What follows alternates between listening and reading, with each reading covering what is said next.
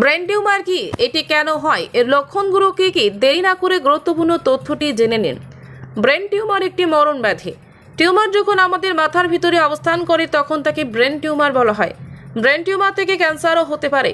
যখন মাথায় এই টিউমার বৃদ্ধি পায় তখন মস্তিষ্কের ভেতরে চাপ বেড়ে যায়, যা মস্তিষ্ককে ক্ষতিগ্রস্ত করে। তাই সঠিক সময়ে ব্রেন টিউমার চিকিৎসা করা প্রয়োজন। তবে তার আগে জেনে নিন ব্রেন টিউমার কি, এটি কেন হয়, এর লক্ষণগুলো কি কি এবং এর চিকিৎসা সম্পর্কে। ব্রেন টিউমার কি?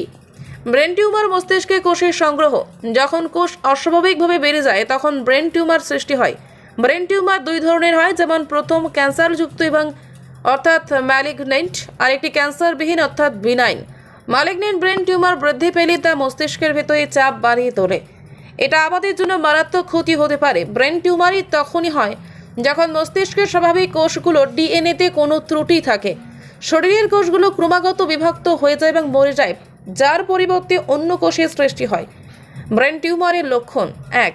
মাথা ব্যথা প্রায় সবসময় কম বেশি হয়ে থাকে, তবে সব ধরনের ব্যথা টিউমারের লক্ষণ নয়। ব্রেন টিউমার হলে তীব্র মাথা ব্যথা হয় এবং তা সহ্য করার ক্ষমতা বাইরে চলে যায়। 2. কোনো কারণ ছাড়া বমি হওয়া এবং তীব্র মাথা ব্যথার সঙ্গে বমি ভাব ব্রেন টিউমারের লক্ষণ হতে পারে। 3. কথা বলতে অথবা শুনতে সমস্যা হয়। 4.